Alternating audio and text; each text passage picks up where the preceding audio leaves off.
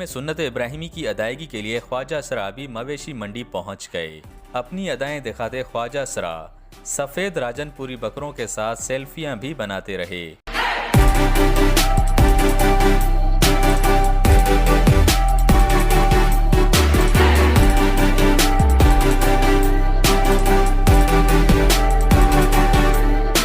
ख्वाजा सरा मवेशी मंडी में जानवरों के बजाय व्यापारियों और खरीदारों की तवज्जो का मरकज बने रहे। तहां मुतादद जानवरों को पसंद करने के बाद जानवरों की कीमतें सुनकर परेशान रह गए। इस दौरान ख्वाजा सराओं ने अपने मखसूस अदाएं दिखाकर व्यापारियों से जानवरों की कीमत कम कराने की कोशिशें भी की।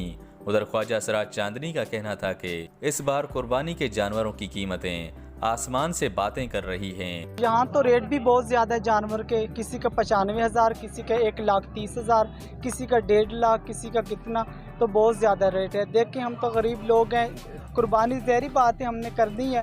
ख्वाजा सरा महंगाई की वजह से जानवर तो नहीं खरीद सके, लेकिन वो राजनपुरी सफ़ेद बकरों के साथ सेल्फियां और टिकटॉक बनाते रहे।